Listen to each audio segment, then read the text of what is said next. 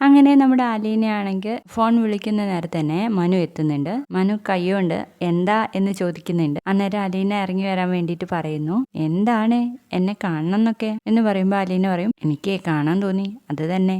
ഓ, ഒരാഴ്ച കൂടി കാണാതിരുന്നാൽ ഞാൻ എവിടെയാന്ന് പോലും അന്വേഷിക്കാറില്ല എന്ന് പറയുന്നു മനു. അപ്പോൾ നമ്മുടെ അലീനയ്ക്ക് മനസ്സിലാവുന്നുണ്ട്, അന്ന് പരിഭവം ഉണ്ട് എന്ന് പറഞ്ഞല്ലോ. അത് നമ്മുടെ അലീന തുറന്നു പറയുന്നുണ്ട്, ഓ ഇതാണല്ലേ അന്ന് പരിഭവം ഉണ്ടെന്ന് പറഞ്ഞത്. ആ, ഇതും ഉണ്ട് എന്ന് പറയുന്നു മനു. മനുട്ടാ, ഞാൻ ഇന്ന് ശരണ്യയുടെ വീട്ടിൽ പോയിരുന്നു എന്ന് പറയുമ്പോഴേക്കും മനുവിന്റെ മുഖം അങ്ങ് മാറുകയാണ് കേട്ടോ. ഓ, അപ്പൊ ഇന്നും പോയിരുന്നോ? എന്നോടൊന്ന് പറയായിരുന്നോ എന്ന് പറയുമ്പോൾ ഇപ്പൊ പറഞ്ഞില്ലേ എന്ന് ചോദിക്കാണ്. അല്ല, പോകുന്നതിന് മുൻപേ പറയായിരുന്നു എന്ന് പറയുമ്പോൾ മനുവേട്ടൻ എന്നോട് എവിടെ പോകുകയാണെങ്കിലും വിളിച്ച് പറയാറുണ്ടോ എന്ന് ചോദിക്കുകയാണ്. എന്നിട്ട് അലീന പറയുന്നുണ്ട്, ഞാൻ ശരണയുടെ വീട്ടിൽ പോയപ്പോൾ അവൾ എന്നോട് ഒരു കാര്യം പറഞ്ഞു, ഒരു സത്യം എന്ന് പറയുമ്പോൾ ഇനി എന്ത് സത്യം? ഇനിയും മറ്റാരെങ്കിലും കൂടി പ്രതികൾ ഉണ്ടെന്ന് പറഞ്ഞോ എന്ന് മനു ചോദിക്കുമ്പോൾ അതല്ല മനുവേട്ടാ, രോഹിത്തിന്റെ കാര്യം എന്താണെന്ന് ചോദിക്കുന്നു. ആ കുട്ടി എന്താ അങ്ങനെ പറഞ്ഞതെന്ന് ചോദിക്കുമ്പോൾ അവളെ എല്ലാരും കൂടി നിർബന്ധിച്ച് പറയിപ്പിച്ചതാ. പിന്നെ CIയും പറഞ്ഞു അവനും കൂടി ഉണ്ടായിരുന്നതല്ലേ, അപ്പൊ അവനും കൂടി ഉൾപ്പെടട്ടെ എന്ന്.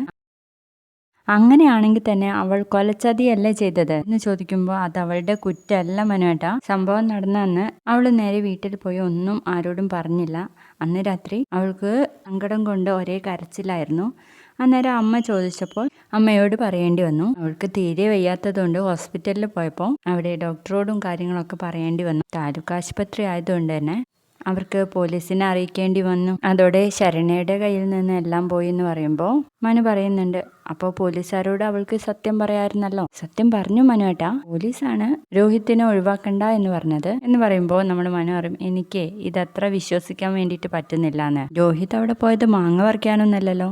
ആണോ അലീന എന്ന് ചോദിക്കുമ്പോൾ ചിലപ്പോൾ രോഹിത് അവിടെ പോയതിന് ശേഷമായിരിക്കും അറിയുന്നത് അതൊരു ചതിയായിരുന്നു എന്ന് പറയുമ്പോൾ മനു ഒന്നും മിണ്ടുന്നില്ല. ശരണ്യ പറഞ്ഞത് അന്ന് 3 പേരും കൂടെ വലിച്ച് കൊണ്ടുവന്നതാ രോഹിത്തിനെ, എന്നിട്ട് അവളുടെ ദേഹത്തേക്കിട്ടു. അവനൊന്ന് വീട്ടിൽ പോയാൽ മതി എന്ന് പറഞ്ഞ് കരയുന്നുണ്ടായിരുന്നു. അപ്പോൾ അടിച്ചിട്ട് പറഞ്ഞു, ഇതിൽ നിന്ന് നീ മാത്രം അങ്ങനെ ഒഴിവാവണ്ട എന്ന് പറഞ്ഞ് അവനെ ബാത്റൂമിലിട്ട് അടച്ചു എന്ന് പറയുന്നു. ശരണ്യ പറഞ്ഞതാണോ ഇത് എന്ന് മനു ചോദിക്കുമ്പോൾ അല്ലാതെ ഞാനെങ്ങനെ അറിയാനോ മനുവേട്ടാ, അങ്ങനെയാണെങ്കിൽ രോഹിക്ക് കേസിൽ നിന്ന് ഊരി പോരാലോ എന്ന് പറയുമ്പോൾ നമ്മുടെ അലീന പറയുന്നുണ്ട്, അവള് എൻ്റെ അടുത്ത് മാത്രമേ സത്യം പറഞ്ഞിട്ടുള്ളൂ, അത് കോടതിയിൽ പറയണമെന്നില്ല, അവൾ എന്ത് പറയുന്നു അതാണ് തെളിവെന്ന്. നീ ഇത് അങ്കിളിനോട് പറഞ്ഞില്ലേ എന്ന് ചോദിക്കുമ്പോൾ അങ്കിളിനോട് പറഞ്ഞു. അച്ഛൻ ഇത് കേട്ടപ്പോൾ ഭയങ്കരമായിട്ട് ഷോക്കായി. ഇത് കേട്ടപ്പോൾ തന്നെ അവരുടെയും പോലീസിന്റെ ഒക്കെ പേരിൽ കേസ് കൊടുക്കണം, പത്രസമ്മേളനം വിളിച്ചു കൂട്ടണം എന്നൊക്കെയാ പറയുന്നേ. അങ്ങനെ തന്നെ അല്ലേ അലീന വേണ്ടത്? രോഹിത് നിരപരാധിയാണെങ്കിൽ അതല്ലേ ചെയ്യേണ്ടത് എന്ന് ചോദിക്കുന്നു. ഇതും കൂടി കേട്ട് കഴിയുമ്പോൾ അലീന പറയുന്നുണ്ട്, മനുവേട്ടാ, ശരണ്യ എനിക്ക് മാത്രം തുറന്നു തന്ന കിളിവാതില ഇത്, അതും കൂടി അവൾ അടച്ചു കഴിഞ്ഞാൽ നമുക്കൊന്നും ചെയ്യാൻ വേണ്ടി പറ്റത്തില്ല.